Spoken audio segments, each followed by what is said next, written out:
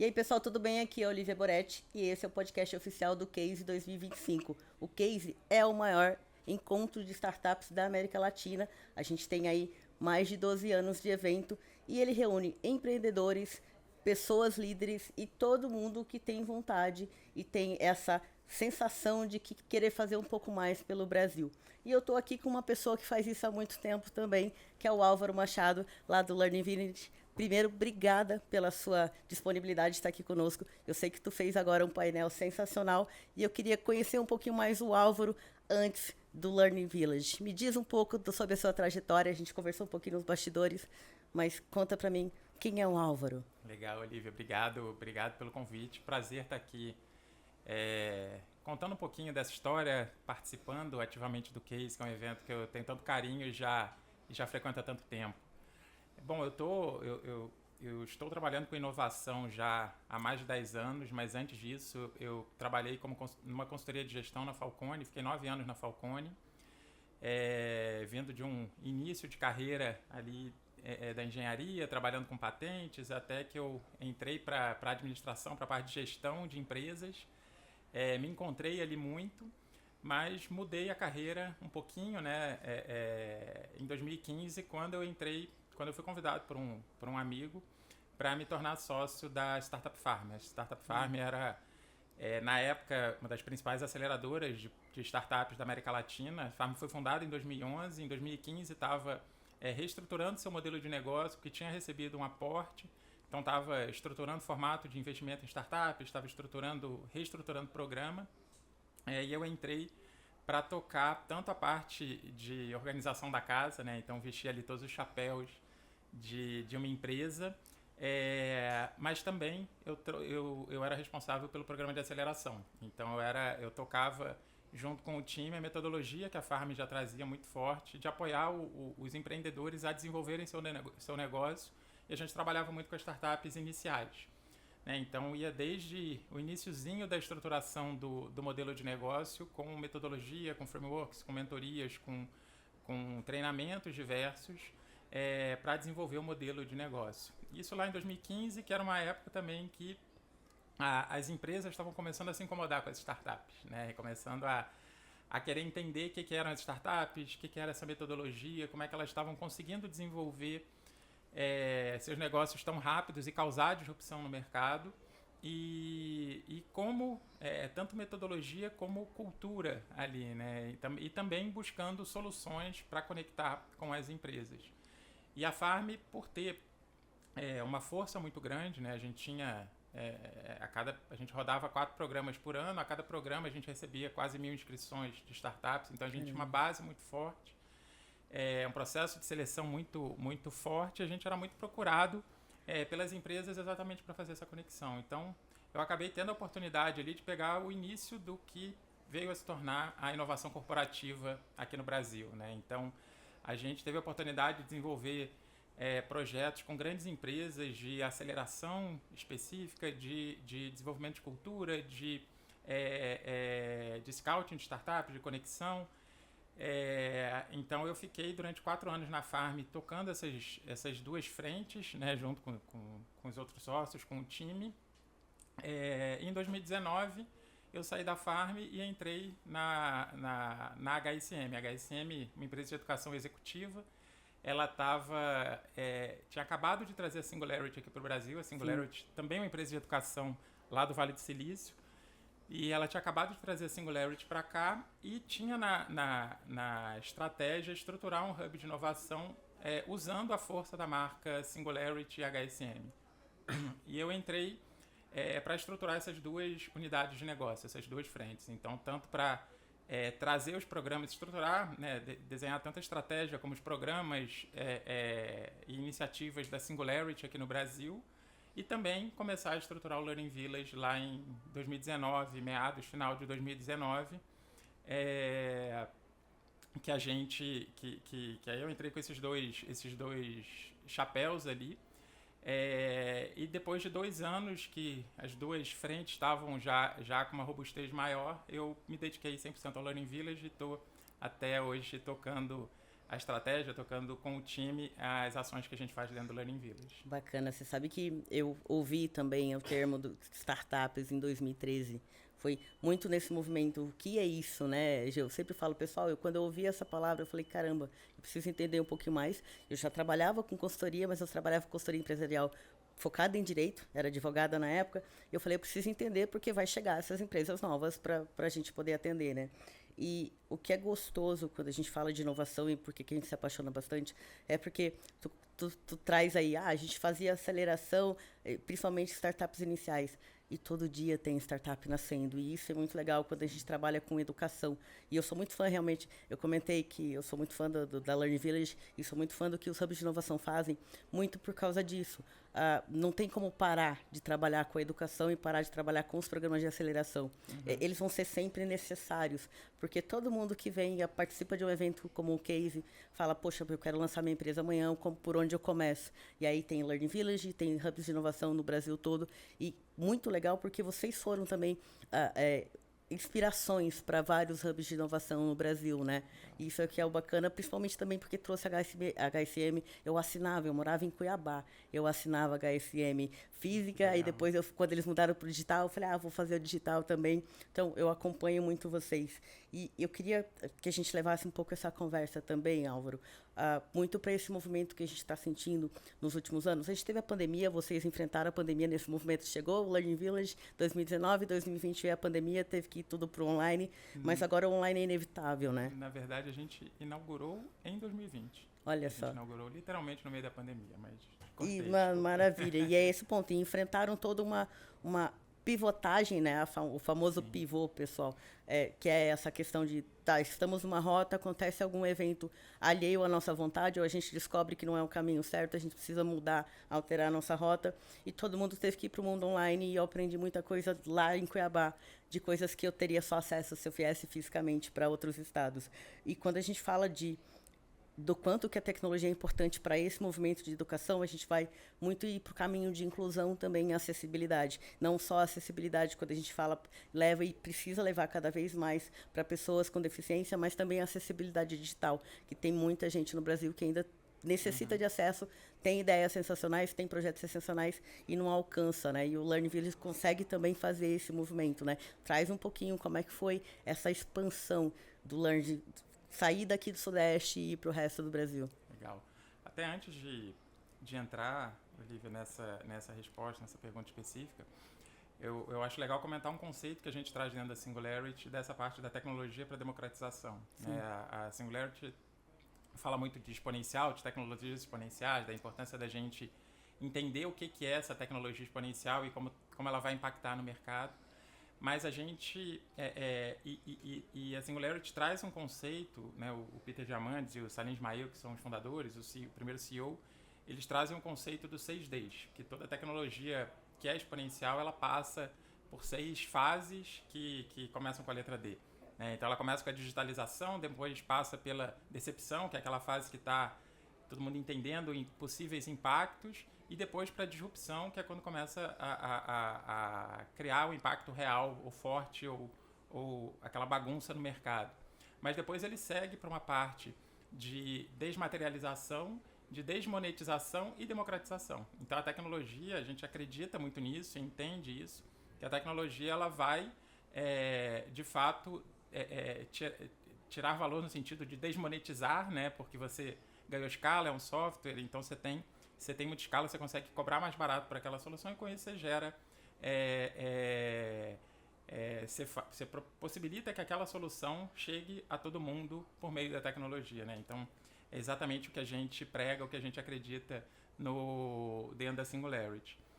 E como Learning Village, a gente passou por um grande desafio ali que a gente nunca sabe se é sorte, estratégia, momento certo, né? Aquele mix de fatores que não tem um só, que a gente nasceu na pandemia, né? Quando eu te interrompi ali, foi exatamente isso. O projeto ele nasceu no segundo semestre de 2019 e a gente veio, né?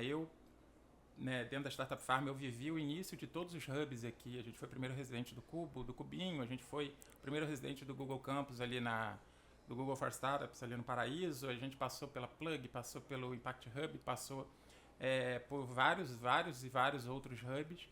E a gente sempre entendeu esse conceito do coworking, da densidade, de você ter muita gente junta, com muita gente de várias empresas trabalhando juntas todo dia, e isso gera conexão. E esse era o nosso modelo quando a gente estruturou o Learning Village lá pré-2019, né, pré-2020. E quando a gente estava criando o projeto físico, arquitetônico, veio a pandemia. E a gente entendeu na marra ali que o futuro dessa forma de trabalhar das pessoas iria ser diferente, né? Não ia ser nem o 100% híbrido como estava naquele momento ali, nem o 100% presencial como era, ia ser esse híbrido que é o que até hoje está, né? Por mais que as empresas estejam voltando presencial, sim, esse híbrido ainda é muito forte, a gente acredita que ele funciona. Então isso fez com que a gente não pudesse depender do espaço físico, literalmente, né, no início. E a gente entendeu que o espaço ele deveria ser muito mais um espaço de conexão do que um espaço de trabalho. Então, até a forma como a gente estruturou a parte física, de fato, né, a parte de projeto, de arquitetura, a forma de disponibilização das posições, de utilização das posições, nossos processos, foi muito pensando nisso, de como fazer com que o espaço seja utilizado pela maior quantidade possível de pessoas e que a gente gere e estimule conexões o tempo todo. E como a gente não tinha o espaço, principalmente no início, a gente precisou achar formas de gerar essas conexões para além do espaço. E aí veio o senso de comunidade, né? A gente entendeu que o nosso papel não poderia ser só o conector ali de eu vou mandar, como a gente fez no início, vou mandar 700 e-mails conectando um a um ali para mostrar e gerar algum tipo de conexão e não tem nenhum retorno como foi o que aconteceu lá no início. A gente entendeu que precisava ser muito ativo nessas Sim. conexões e mesclar o híbrido com o presencial nos momentos em que cada um fizesse sentido ou faça sentido, né? Então, a gente começou a fazer muitas ações e com esse olhar de comunidade e espaço de conexão, a gente conseguiu ir para além do espaço físico e aí sair de São Paulo, né? Então, a gente desde sempre tem modelos digitais com as startups exatamente para ela participar da comunidade, ela estar nos nossos eventos, mas principalmente ela estar no radar do nosso time no sentido de oportunidades, de necessidades para a gente fazer as conexões com as empresas, com as startups que estão conectadas com a gente também. Então a gente, como a gente nunca teve, de novo, né, repetindo, esse espaço como o nosso core, não é um real estate ali, a gente sempre teve essa oportunidade de ir para fora, né? Seja para fora da cidade ali do bairro, seja para outras cidades também, alcançar pessoas de outras cidades. Isso é sensacional e realmente quando a gente pensa o quanto a gente poderia fazer mais quando a gente usa a tecnologia pensando nesse movimento, a gente começa a pensar em temas transversais. Te trouxe muito esse movimento de acessibilidade, porque dia 2 de dezembro a gente tem o Dia Internacional das Pessoas com Deficiência e a gente tem ainda, se você olhar só os sites do governo, 92% não são acessíveis. E quando a gente vai para as startups, a gente começa a trabalhar, eu trabalho com programas de aceleração também, a gente pergunta, tá, mas o que tem de acessibilidade na sua plataforma? Ah, mas eu não vou atender esse público. Oi? Né? A gente ainda tem essa barreira das pessoas acharem que todos os produtos precisam ser moldados para aquele público e não transversal, né? E essa é uma preocupação, por isso que eu trouxe essa pauta para você, porque cada vez mais a gente precisa fazer essa inclusão digital de verdade, que ela não é ainda, ela ainda é produtos nichados, e produtos nichados continuam não dando a acessibilidade que a gente precisa, né? E aí o trabalho de vocês eu vejo e acompanho, que é muito legal para isso também. E eu sei que vocês têm muitos cases bacanas para contar. E provavelmente deve ter algum aí que você tem na manga, que você queira comentar. Como é que foi esse movimento era de fora, vocês conseguiram trabalhar? Ou é aqui da cidade mesmo e conseguiram fazer essa expansão? Eu tenho alguns aqui, deixa eu pensando em alguns, mas esse ponto, enquanto eu vou pensando aqui, esse ponto da diversidade acho que é um ponto que obviamente, né, não vou falar que é fundamental, óbvio, acho que que é bom ouvir isso, mas ainda me incomoda porque ainda falta muito, né? Acho que a gente tem muita coisa para trabalhar ali, tanto do espaço físico, de forma, de time e tudo mais, mas a gente sempre entendeu que essa variedade de experiências, que essa experiência vem de N coisas, né? E a diversidade, os pilares da diversidade trazem essa variedade de experiências, é fundamental. Isso a gente sempre teve essa preocupação em estimular essa mistura e essas conexões entre todos que estão ali, né? Independente do mercado em que as pessoas atuam, independente da experiência que elas estão, da área que elas estão dentro das suas empresas. Então, essa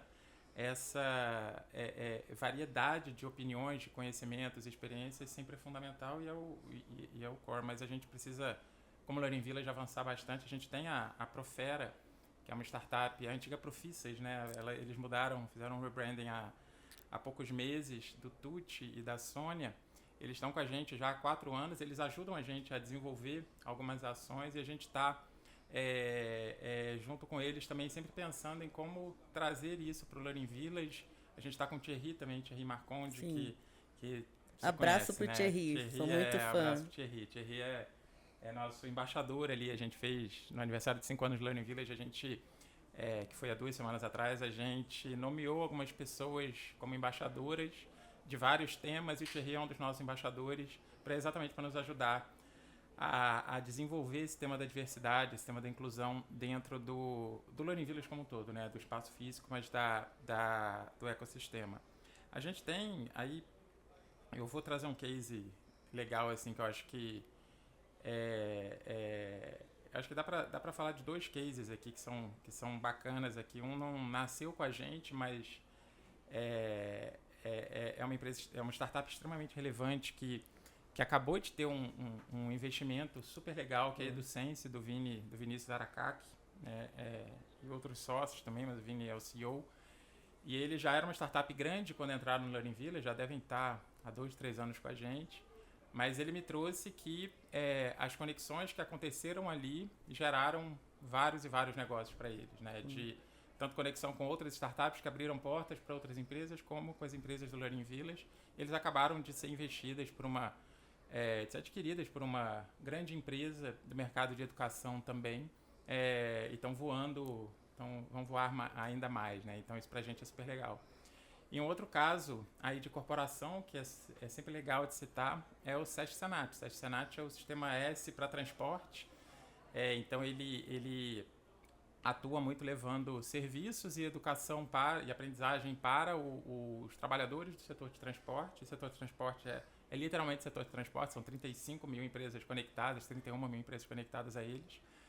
E a gente está com eles há quase 2 anos fazendo um trabalho de tanto desenvolvimento da cultura de inovação dentro de casa, com a formação de embaixadores, levando pitch de startups, trazendo imersões, palestras, workshops para desenvolver esse tema dentro do time, e também gerando negócio, e também conectando startups a eles para que isso gere novos negócios. Então eles já estão com diversas startups contratadas, né, que passou por aquela primeira fase de conseguir contratar a primeira, de passar por todos os desafios de processos e burocráticos e documentais que a gente naturais sabe que tem. De qualquer associação, de qualquer empresa. E eles conseguiram achar um modelo ali que funciona e tá gerando resultados gigantes para o SESC Senat, para a indústria ali e também para as startups. Então, é muito legal ver essa troca e esse amadurecimento das empresas que estão ali com a gente, que estão crescendo e se desenvolvendo junto com a gente ao longo do tempo. E tu trouxe um ponto que eu tenho acompanhado nos últimos anos, que está acontecendo muito isso, e isso é muito legal e vem muito também com o papel do Hub como protagonista dessa conexão mais qualificada, né? A gente tem visto que as empresas antes tradicionais, que a gente chamava de tradicionais, elas estão buscando mais esse movimento de startups não como uma solução, mas como um meio de, poxa, eu consigo então trazer uma startup aqui e me auxiliar no que eu quero entregar, ela não vai me atrapalhar, na verdade ela vai ser o que eu não tenho dentro da minha empresa, e a gente tem visto isso muito, né? Tu trouxe aí um exemplo muito legal do SESC Senat, mas a gente tem exemplos de empresas privadas que estão fazendo esse movimento de servitização, né? Que é, vem aqui, faz isso pra gente aqui dentro, e a gente ainda encontra, Álvaro, muito aquela quebra de aquela diferença de comunicação, né? Que eu acho que aí é onde entra o papel do hub, porque o tradicional tem todo aquele movimento que a gente se entende há 30, 40, 50 anos funcionando daquele formato, e aí, obviamente, a gente vai para o jurídico funcionando daquele formato 30, 40 anos, que nem às vezes sabe do marco legal das startups, mas não se aprofundou, porque a empresa dele já está há 40 anos no mercado, para que ele vai estudar para fazer isso? Então, eu vejo o papel do hub de inovação como esse conector dessas duas pontes que às vezes não se conectam exatamente porque um olha para o outro como uma peça totalmente fora e, na verdade, é conexão, né? É uma peça que complementa. Acho que um hub tem vários papéis importantes aí quando a gente fala desse processo. As empresas, acho que o tema inovação, falar que o tema inovação é must-have para as empresas é batido, mas as empresas ainda continuam atuando de uma forma incorreta com a inovação, né? A gente vê é muito comum as empresas, eu falo muito do espasmo, né? Delas terem ações aleatórias e soltas relacionadas à inovação, muitas vezes para dar um check. Igual a gente está vendo hoje com AI, né? Exato. Contrata um copilot, contrata uma solução X, ninguém sabe usar, ninguém nunca abriu, mas está lá, temos contratado. Então, a gente vê isso acontecer muito, né? De empresas mandarem seus executivos para uma imersão no exterior, ou patrocinarem eventos, ou estarem em eventos, ou às vezes comprarem uma startup e não saber o que fazer com aquilo, né? E voltar na famosa segunda-feira e não acontecer nada. Mas eles sabem dessa importância. O conceito de inovação aberta também está aquecendo muito dentro das empresas, por mais que as empresas não saibam esse termo, né? Não saibam explicar esse termo ou explicitar esse termo. Mas entendem essa importância de conectar com soluções para além das suas fronteiras, né? De trazer soluções de fora, que é um negócio que sempre aconteceu quando contrata software, contrata alguma solução, mas com o olhar de que existem milhares e milhões de soluções muito boas acontecendo em desenvolvimento, às vezes a um custo menor, que elas podem ter acesso. Só que quando elas se veem nesse momento de precisar contratar uma solução e ter dezenas de soluções iguais, cada uma num momento diferente, com um perfil de time diferente, elas se perdem. Então o hub ele entra muito, a empresa estar dentro de um hub ajuda muito nesse olhar de seleção, de chancela, de apoio para identificar quais soluções de fato vão gerar um retorno ou tem um potencial maior de gerar retorno para a empresa. Além disso, a gente sempre olha 3 pilares que um hub...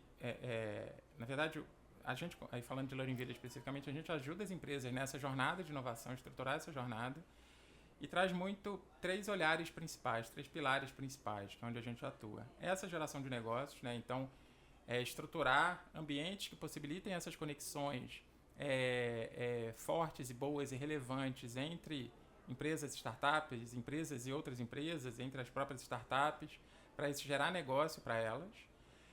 Um outro fator é o posicionamento da marca, então a empresa ser vista como uma empresa inovadora de fato, e isso tem N formas que a gente faz, mas isso é muito importante, né, porque a gente viu lá atrás, você viveu isso, também lá atrás, empresas que se queimavam porque contratavam uma startup de uma forma, ou criavam um regulamento para um hackathon XYZ que era predatório para o ecossistema. Exato. Então, as empresas serem vistas como inovadoras e terem a chancela de alguém relevante no mercado, com reputação no mercado, é muito importante. Então, esse é um ponto importante para as empresas quando se conectam com hubs.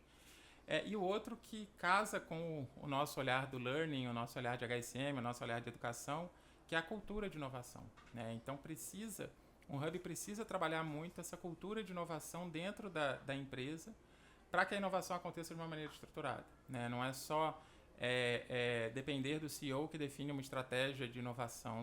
Isso não adianta se o middle management, se o time não tem esse conhecimento para identificar as oportunidades, para não travar as soluções que surgem ali com o time. Então, o papel de um hub, eu enxergo que ele passa por isso tudo, né? O core tem que ser geração de negócios, obviamente, né? A inovação tem que gerar receita, seja economia, seja aumento de receita, novos produtos. Mas se você não tem esse posicionamento, se você não tem essa mudança de mindset, de cultura, o resultado ele não vai ser sustentado. E aí não é o que a gente acredita nem quer, né? A gente quer que as empresas tenham um resultado sustentado com inovação, para que a inovação não seja um bichinho esquisito, né? Que ela seja parte do dia a dia, assim como é o RH para a gente, né? Eu gosto sempre de fazer esse paralelo com o RH também. Ah, maravilha. A gente está caminhando um pouquinho para o nosso final desse episódio, mas eu queria que você trouxesse um pouquinho. Eu sei que tu veio aqui para o Case, que tu tá no Case há muito tempo, mas ele continua sendo um evento muito importante para fazer essa conexão de pessoas que não sabem o que é empreender, que estão aqui a primeira vez. Eu trouxe 3 amigos, falar, gente, vocês conhecem inovação? Ah, queria saber um pouco mais, vem aqui. E eles estão conversando comigo falando, nossa, eu não sabia que existia esse mundo, né? E aí tem empresas tradicionais que vêm para cá para entender o que está acontecendo, né? E por que que os eventos continuam. A gente tem eventos no Brasil todo, cada vez mais eventos sensacionais acontecendo, não só em São Paulo. E aí a gente vê o Brasil sendo protagonista agora de várias ações importantes, principalmente desde que começou lá atrás com o G20 no ano passado, sendo um ator importante. Agora a gente está com o COP, que acabou de acabar aqui, como a gente fala, trazendo esse olhar para o que o Brasil é importante, que é startups de bioeconomia, startups de saúde, startups que utilizam aí o que a gente tem de melhor no Brasil. Mas esse movimento, você está aqui e você trazer as suas startups, o quanto é importante, vocês acham que fazer isso e fazer com que os demais, não só hubs, mas as empresas também trazem. E aí você comentou, poxa, às vezes a empresa manda o diretor e o diretor não passa isso para operações, que está ali na porta, que está ali atendendo o cliente. Então, como é que seria essa visão para você? O que você traria de recado para essas pessoas que querem inovar, mas continuam ainda fazendo o bom e velho feijão com arroz, né? Acho que começar, né? Eu gosto sempre de reforçar isso. Não a inovação, ela passa por essa mudança de cultura, essa quebra de paradigmas, essa quebra das nossas premissas. A gente precisa mudar coisas para trazer inovação. E também não dá para a gente se iludir que eu vou assistir uma palestra, eu vou num evento XYZ e me tornei inovador. Isso é um processo, né? É uma mudança de cultura, é um processo. E a gente precisa estar, cada um de nós precisa estar se provocando o tempo todo e precisa estar atento para fazer diferente um pouquinho a cada dia, para que depois de um tempo isso se torne normal. Então participar de eventos é uma forma muito importante para isso, né? Porque você vê pessoas diferentes, você vê soluções diferentes, você assiste profissionais falando, né? Aqui no Case, nessa edição a gente está trazendo a história de vários fundadores de sucesso aqui no Brasil. Então, conhecer essas histórias, entender o que essa galera errou, acertou, por onde começou, o que aprendeu ao longo do caminho. E isso ajuda muito a enxergar novos caminhos, enxergar novas perspectivas e aos pouquinhos ir mudando essa cultura, essa cabeça interna. O Case tem papel fundamental nisso, né? Acho que o Case, como você trouxe, a gente tem, ainda bem, dezenas, centenas de eventos muito importantes e muito bons de inovação no Brasil. Eventos internacionais que vieram para o Brasil e já tem uma estrutura muito forte. Mas o Case, acho que foi um dos primeiros, assim, né? O Case ele foi fundado pelos empreendedores, de fato, que constituíram a Associação Brasileira de Startups. Então, ele tem muito esse olhar de ter a nossa cara, de ter a nossa realidade também, e ser feito por empreendedores para empreendedores, né? Então tem um diferencial de estar olhando muito para as startups, de estar trazendo essas soluções para startups. Então ele é muito importante para quem está iniciando essa trajetória, para quem já está nessa trajetória, mas precisa manter essas conexões, e para profissionais que estão hoje em grandes empresas ou no mercado tradicional, mas que precisam conhecer novas realidades e precisam ter contato com outras pessoas, com outras realidades. Então, é super importante. Quem não teve a oportunidade de vir nessa edição, venha, se organize para a próxima, porque certamente vai ser melhor ainda do que essa, porque o mercado nosso está está se organizando, o mercado está amadurecendo e isso é super importante para todo mundo, para todo esse ecossistema. Maravilha. Álvaro, primeiro, obrigada pela sua disponibilidade, obrigada por você fazer parte dessa história do Case também. Muito bom te conhecer um pouco mais, sou muito fã do trabalho de vocês e o protagonismo que vocês fazem todo dia, isso é muito legal.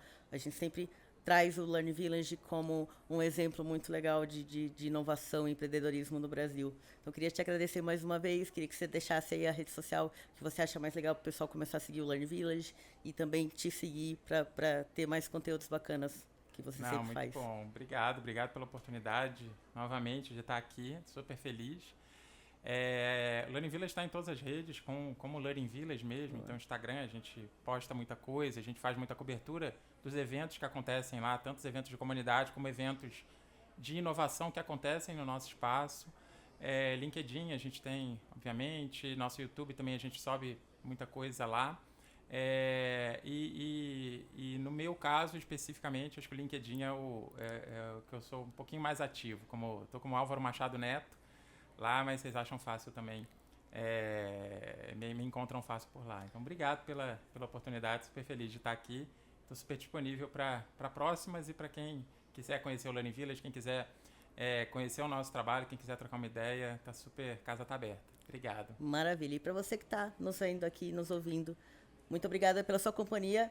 Segue a gente ali no Instagram, o Case tem um Instagram próprio. A gente tem também o Instagram da Associação Brasileira de Startups, que está à disposição de vocês, o nosso LinkedIn também, para você acompanhar e ter todo esse conteúdo que está acontecendo aqui. E fica o convite que o Álvaro já fez, mas eu repito, participe do Case, se aproxime mais da Associação Brasileira de Startups, porque a gente tem muita coisa boa para 2026. Grande abraço. Muito obrigada, Álvaro. Obrigado.